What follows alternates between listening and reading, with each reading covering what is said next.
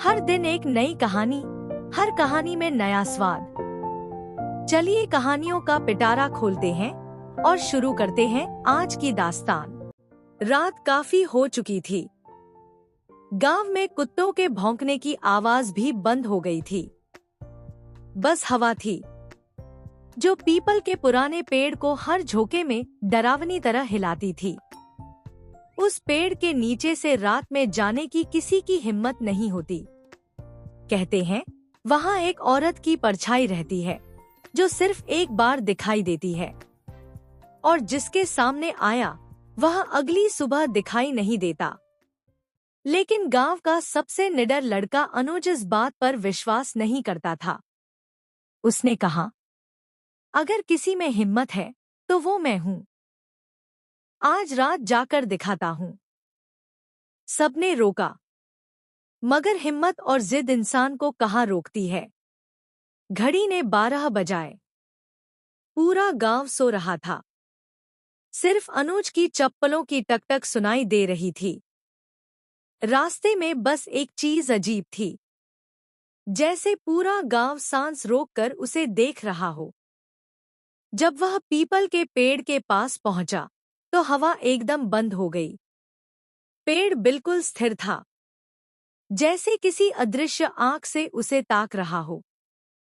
अनुज ने धीमी आवाज में कहा, अगर यहाँ कोई है तो निकल कर आओ। उसकी आवाज गूंज गई और फिर पेड़ की सबसे ऊंची डाल से एक औरत का लंबा सफेद पल्लू नीचे लटका, लेकिन चेहरा नहीं दिख रहा था। अनुज ने सोचा, हवा होगी, कपड़ा फंसा होगा। तभी उसी पेड़ के पीछे एक बहुत धीमी आवाज आई, मत आना। आवाज किसी औरत की थी, लेकिन टूटी हुई, जैसे सांसें चल रही हों या रुक रही हों। अनुज का दिल एक पल के लिए रुक गया, पर उसने खुद को संभाला। कौन है वहां? उसने पूछा। जवाब फिर वही, मत आओ। अब आवाज और भी पास से आई। पहली झलक। अचानक पेड़ के पीछे से कोई बाहर आया।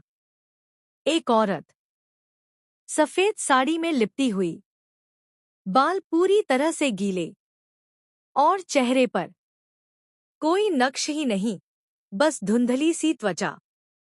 उसके पैरों की आवाज नहीं आती थी।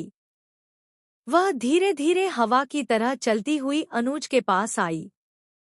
अनुज पीछे हटने लगा। औरत बोली, तुमने बुलाया, मैं आ गई। उसकी आवाज में ऐसी ठंडक थी कि अनुज की सांसें जम गई।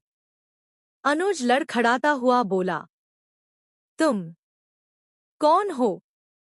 औरत पेड़ की ओर इशारा करते हुए बोली, मैं वो हूं जिसे इस गांव ने भुला दिया। अनुज ने डरते हुए पूछा, क्या चाहती हो? औरत आंखें उठाते हुए बोली, सिर्फ एक चीज, मेरी आखिरी रात किसी के साथ पूरी हो। धीरे से उसका हाथ आगे बढ़ा। जैसे ही वह छूने वाली थी, अनुज के पीछे से किसी ने उसे जोर से धक्का दिया। एक बूढ़ी औरत खड़ी थी, गांव की दायनतांत्रिक, जिसे सब बूढ़ी माई कहते थे। वह चिल्लाई, भाग यहां से। ये जीवितों की दोस्त नहीं, मौत का बुलावा है।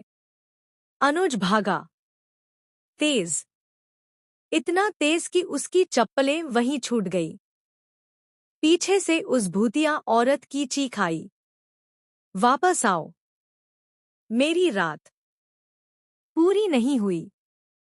वह चीख इतनी तेज थी कि पीपल के सारे पत्ते एक साथ गिर पड़े।